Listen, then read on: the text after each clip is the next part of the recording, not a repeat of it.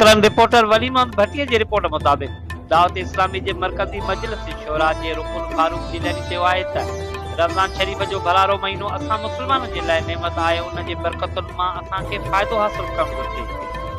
हू इमरान हाउस सकरन ते तंज़ीमी इजलास ऐं राजा खानदादा पारां ॾिनल आजाणे में ॻाल्हाए रहियो हो।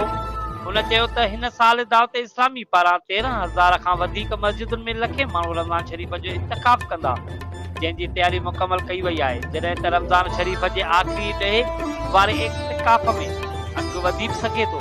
हिन ॿुधायो त अल्हम्दुलिल्लाह हिन साल दावत इस्लामी जा 30,000 हाफ़िज़ तरावियूं पढ़ाए रहिया आहिनि, जेको हिकु रिकॉर्ड आहे ऐं उहो सभु तॾहिं मुमकिन थियो आहे जॾहिं दावत इस्लामी जे इंतज़ाम हेठि हलंदड़ दीनी इदारा पंहिंजो कमु ईमानदारीअ सां निभाईंदा अचनि पिया।